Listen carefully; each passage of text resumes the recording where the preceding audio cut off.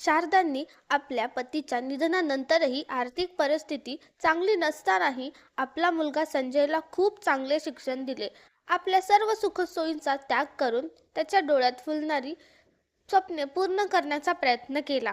संजयलाही या गोष्टीची जाणीव होती आणि तो वारंवार आपल्या आईला सांगायचा की आयुष्याच्या कोणत्याही वळणावर मी तुला एकटे सोडणार नाही. मी नेहमी तुझी काळजी घेईन.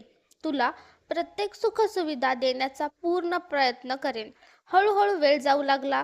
शिक्षण पूर्ण झाल्यावर संजयला चांगली नोकरीही मिळाली आणि तो दिवसही लवकरच आला जेव्हा सुनीता संजयची पत्नी बनून त्याच्या आयुष्यात आली. शारदांनी आपल्या सुनेचे खूप लाड केले. त्यांना मुलगी नव्हती, त्यामुळे आपल्या मुलीच्या वाटेचे प्रेमही त्यांनी सुनेला दिले. सुनीताही या घरात येऊन खूप आनंदी होती. पण हे फक्त काही दिवसापर्यंतच चालले, कारण सुनीताला एकतर आपल्या आईसोबत फोनवर गप्पा मारणे आवडायचे किंवा मैत्रिणीसोबत पार्टी किंवा शॉपिंगला जाणे, स्वतःवर पैसे खर्च करणे आणि नवीन ड्रेस खरेदी करणे तिला खूप आवडायचे.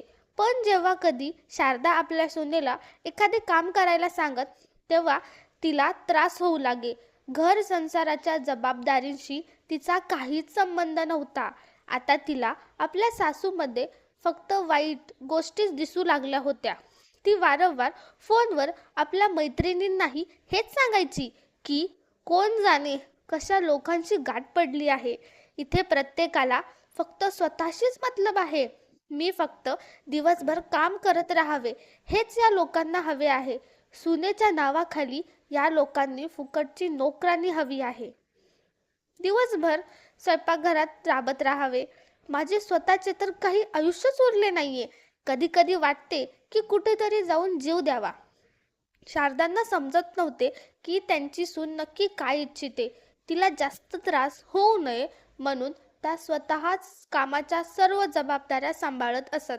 वाढत्या वयामुळे त्यांना काम करणे कठीण जाई म्हणून आपल्या सुनेला फक्त मदतीसाठी कधीतरी हाक मारत असत.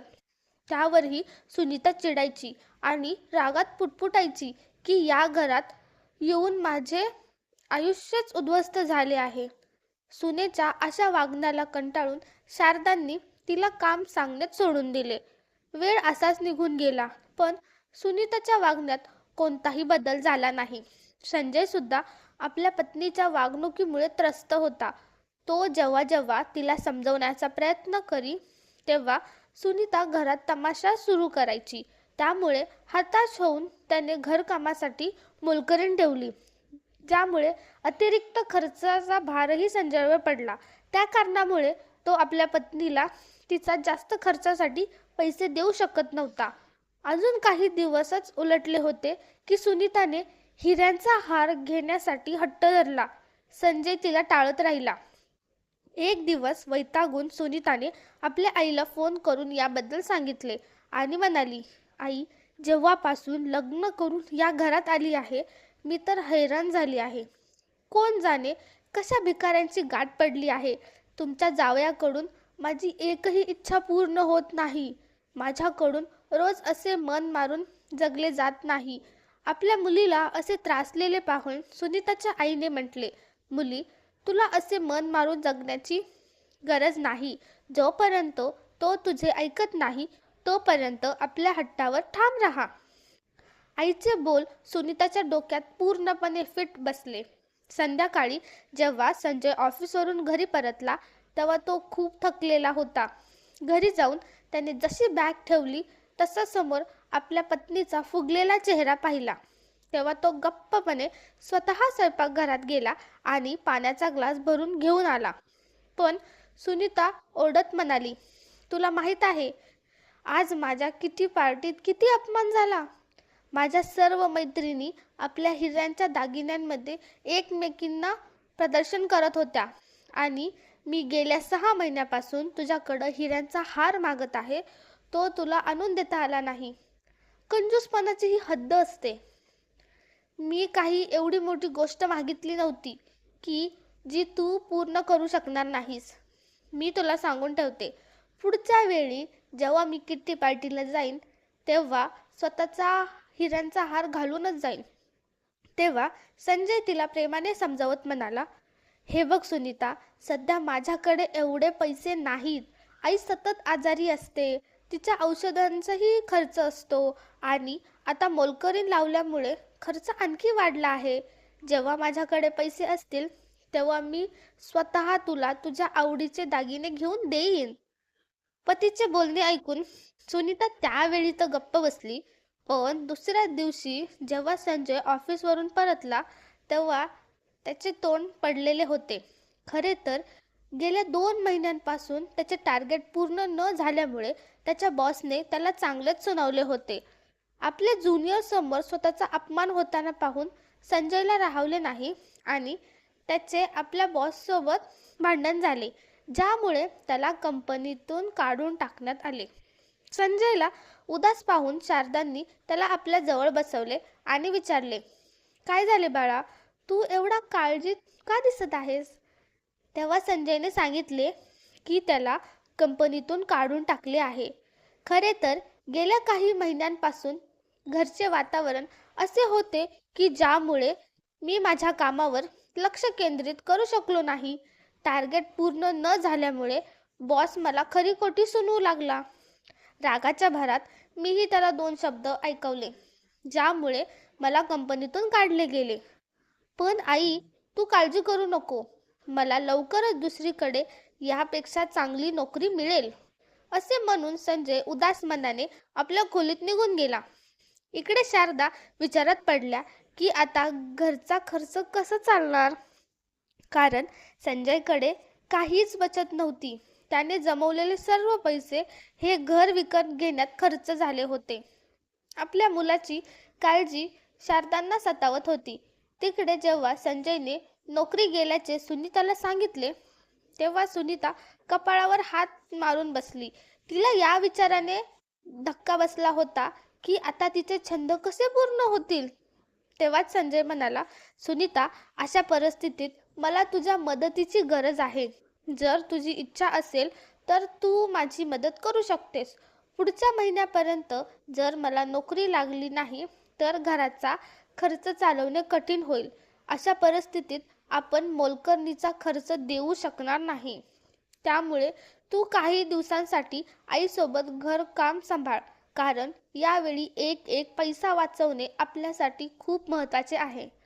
सुनीता नाक मुरडत म्हणाली, पण तुला तर माहीत आहे की माझ्याकडून ही सर्व कामे होत नाहीत. मी मोठ्या मुश्किलीने स्वतःसाठी वेळ काढू शकते. संजय म्हणाला, सुनीता, जेव्हा मला चांगली नोकरी लागेल तेव्हा तू जे मागशील मी तुला आणून देईन. फक्त 1-2 महिन्यांसाठी तडजोड कर, प्लीज. संजयचे हे बोलणे ऐकून सुनीता घरच्या कामात सासूला मदत करायला तयार झाली. 1 आठवडा उलटला पण संजयला कोणतीही नोकरी मिळत नव्हती. तिकडे शारदा जशा दुपारचे जेवण बनवण्यासाठी स्वयंपाकघरात गेल्या तेव्हा फरशीवर पाणी पडले असल्यामुळे अचानक त्यांचा पाय घसरला आणि त्या जोरात जमिनीवर पडल्या. संजय धावत आला आणि आपल्या पत्नीच्या मदतीने शारदांना बिछाण्यावर झोपवले. शारदा वेदनेने कळवळत होत्या. संजय त्यांना डॉक्टरांकडे घेऊन गेला तेव्हा समजले की त्यांच्या हाताच्या हाडाला किरकोळ फ्रॅक्चर झाले आहे आणि कमरेतही खूप दुखापत आहे. डॉक्टरांनी त्यांना पूर्ण विश्रांती घेण्यास सांगितले. नोकरी जाणे आणि आईला लागलेली दुखापत यामुळे संजय खूप काळजीत पडला. आता त्याचा खर्च आणखीनच वाढला होता. पण सुनीता त्यापेक्षाही जास्त वैतागली होती, कारण एकतर मोलकरीण गेली होती आणि दुसरीकडे तिची सासू, जी दिवसभर मोलकरणीसारखी कामे करत असे, ती आता अंथरुणाला पडली होती. आता स्वयंपाक करणे, साफसफाई, भांडी आणि कपडे धुणे या सर्व कामांची जबाबदारी सुनीतावर आली होती. त्याचबरोबर तिला शारदाची सर्व कामेही करावी लागत होती. तसे तर शारदा आपल्या काठीच्या आधाराने बाथरूमपर्यंत कशाबशा जात असत, पण त्यांना जेवण देणे, औषध देणे आणि त्यांची छोटी मोठी कामे करणेही सुनीताला संकट वाटू लागले. संजय सकाळीच नोकरीच्या शोधात बाहेर पडायचा, त्यामुळे सुनीताला पहाटे उठावे लागे. एके दिवशी सकाळी नाश्ता आटोपून सुनीता आपल्या आईशी फोनवर बोलू लागली. आई, तुला माहित नाही माझ्यावर किती मोठे संकट आले आहे. दिवसभर मोलकरणीसारखी कामात गडलेली असते. नोकरांपेक्षाही वाईट अवस्था माझी झाली आहे. सुनीता बोलताच होती तेवढ्यात शारदाचा आवाज आला. सुनबाई, मला एक कप चहा तरी बनवून दे. खूप थंडी वाजत आहे. सुनीता आईला म्हणू लागली, काय सांगू आई, कोण जाणे ही म्हातारी कधी बरी होईल.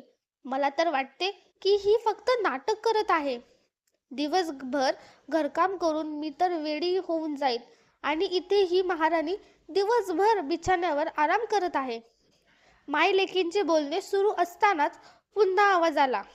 सुनीता, सुनबाई, बाकीचे काम झाले असेल तर मला चहा नाश्ता दे बाळा. खूप भूक लागली आहे. सासूची हाक ऐकताच सुनीताने फोन ठेवला आणि ती रागात पाय आपटत किचनकडे गेली. तिने चहा आणि 2 चपात्या सासूसमोर आपटत म्हटले, थोडा वेळ धीर धरू शकत नाही का? शेवटी मीही एक माणूसच आहे. सकाळपासून काम करून थकले आहे. जर थोड्या वेळासाठी आराम करू लागले तर काय मोठे संकट कोसळले. शारदाच्या डोळ्यात पाणी आले आणि त्या म्हणाल्या, सुनबाई, मलाही तुला वारंवार त्रास द्यायला आवडत नाही, पण मजबुरीमुळे मी बिछाण्यावर पडून आहे. आणि शेवटी संकटात कुटुंबातील सदस्यच तर एकमेकांच्या उपयोगाला येतात. तेव्हाच सुनीता रागाने म्हणाली, जेव्हा बसल्या जागी सर्व काही मिळत असे तेव्हा ही फालतू भाषणे देण्याची काय गरज आहे. तेवढ्यात पुन्हा तिच्या आईचा फोन आला. सुनीता म्हणाली, काय करू आई, एकीकडे पैशांची ओढत आणि दुसरीकडे दिवसभर या म्हातारीचे नखरे. कळत नाहीये की कशा प्रकारे आपल्या सासूपासून सुटका मिळवू. जर मी यांना वृद्धाश्रमात पाठवण्याबद्दल बोलेन तर तुझे जावई हे कधीच मान्य करणार नाहीत. आई म्हणाली, मुली, तू जावई बापूंशी बोलण्याचा प्रयत्न कर. जर प्रेमाने मानत नसतील तर तू तुझे रूप दाखव. घाबरू नकोस, मी तुझ्या सोबत आहे. त्या संध्याकाळी सुनीता संजयला म्हणाली, हे बघ संजय, आपल्या भविष्याचा विचार करावा लागेल.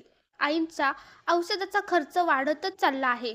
काही कामधंदा तर करत नाही, बस दिवसभर बिछाण्यावर पडून असते. मी सांगून ठेवते, माझ्याकडून काही काम होणार नाही. संजय म्हणाला, अगं सुनीता, आज माझी एका नोकरीसाठी निवड झाली आहे, पण मला काही दिवसांसाठी शहराबाहेर जावे लागेल. सुनीताने त्याचे बोलणे मध्येच तोडत म्हटले, अरे असे कसे शहराबाहेर जावे लागेल? मी या म्हातारीसोबत अजिबात राहणार नाही. शारदांनी हे सर्व ऐकले आणि त्यांना वाटले की मी मुलावर ओझे बनले आहे. दुसऱ्या दिवशी त्यांनी आपले दागिने काढून संजयला दिले आणि म्हणाल्या, हे ठेव बाळा, कधीतरी कामाला येतील. संजयने दागिने परत केले आणि म्हणाला, आई, तू काळजी नको करू. मी काही दिवसांसाठी शहराबाहेर जात आहे. तू स्वतःची काळजी घे. संजय जाताच सुनीता शारदांना म्हणाली, म्हातारे, तुझे नाटक आता खूप झाले. आता गप्पपणे उभी राहा आणि घरकाम कर. शारदा म्हणाल्या, सुनबाई, मी कशी बशी काठीच्या आधाराने चलते, मग घरची कामे कशी करू शकणार? सुनीता ओरडली, म्हातारे, मला शिकू नकोस. मी किट्टी पार्टीला जात आहे. मी येईपर्यंत घरचे सर्व कामे झाले पाहिजेत, नाहीतर शिक्षा भोगण्यासाठी तयार राहा. संध्याकाळी सुनीता घरी आली तेव्हा सासूला बिछाण्यावरच पाहून तिचा राग अनावर झाला.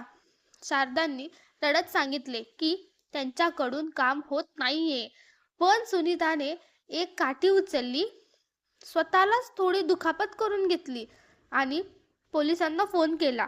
काही वेळाने पोलीस आले. सुनीता म्हणाली, इन्स्पेक्टर साहेब, याच माझ्या सासूने मला खूप मारले आहे. पोलिसांनी शारदांना पोलीस स्टेशनात चालण्यास सांगितले. शारदा घाबरल्या आणि म्हणाल्या, बाळा, मी तर बिछाण्यावरून उठूही शकत नाही. मी हिला काय मारणार? एका महिला पोलीस कर्मचाऱ्याने पाहिले की शारदाचे हात थरथरत होते.